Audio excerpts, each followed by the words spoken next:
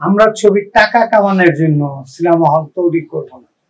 যত কম পয়সায় করা যায় বাজেটটা, ততই দর্শক পাওয়া যাবে। 2004 সালে আপনি সাধারণ সম্পাদক ছিলেন, এরপর 2024 সালে সংজ্ঞাটা জোড়াই হয়ে গেল।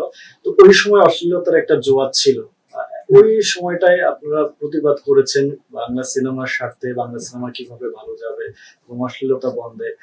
এখনকার প্রেক্ষাপটটা একেবারে আলাদা, সেটি হচ্ছে এখন বাংলাদেশের রাজত্ব করছে ভিনদেশি সিনেমাগুলো।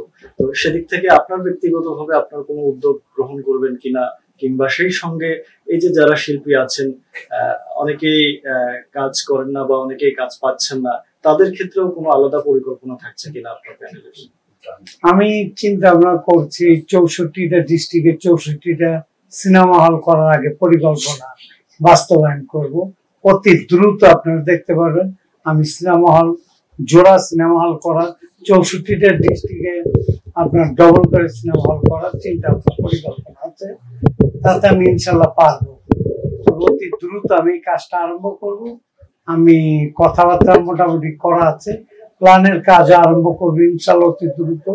যেমন সুন্দর হয়, যেমন দর্শক কম বাজেটে ছবি দেখতে পারে এই সিনেমা হলে, ওইটা করে সিট একটু বেশি থাকবে, হয়তো 300, 400, 500 সিট থাকবে।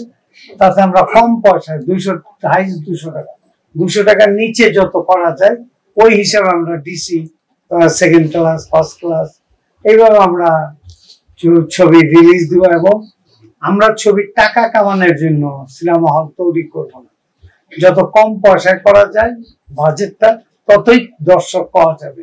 আমাদের দর্শক অন্তত লো কোয়ালিটি, যারা হোটেলে একটু কাজ করে, গাড়িতে কাজ করে, আমাদের ওই শ্রমিক। কিন্তু এখন যেভাবে সিনে কমপ্লেক্স চলে, 2000 টাকা টিকিট, 1000 টাকার টিকিট, এটা কেউ দেখার মতন ওই মানসিকতা এখন নাই। আগে আমাদের cinema hall, Asian cinema hall লোক হয়তো 2000, 2500 সিনেমা হল। এখন যে ডলবি বানাইছে, একটা সিনেমা হলের সিট হলো কত, 75টা, 150-র উপরে বোধহয় কোথাও সিনেমা হলের সিট নাই।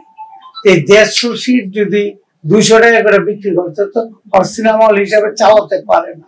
এটা হলো ওনাদের না, ওনারা টাকা কামানোর জন্য এই ফান্ড পেতেছে। তো ইনশাল্লাহ আমি বললাম আমি 200 টাকার উপরে টিকিটের হার করবো না, 200 টাকার নিচে রাখবো।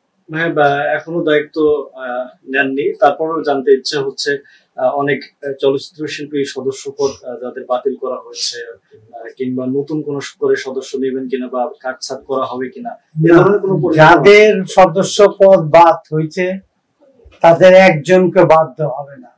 যদি আমাদের বোধহয় 200 রকম বাদ দেওয়া হয়েছিল, 100 কয়জন পেয়েছে, তাদের কাউকে বাদ দেওয়া হবে না। আমরা করব যারা বাদ এখনো আছে তাদেরও আমরা ছেড়ে দিব। আমরা কোনো কাউকে আটকানোর জন্য আসি নাই। আমরা আরো সদস্য পদ বাড়াই দেব। যদি যারা কাজ করছে অনেকে হয়তো ওনারা কাজ পাচ্ছে না, আমরা সবারই কাজ দেওয়ার চেষ্টা করব। আর বিগত দিনে যাদের 220-25 জন বোধহয় বাদ করছিল, আমরা সবারই কাজ ফেরত দেওয়ার চেষ্টা করব এবং করব, সেটাই।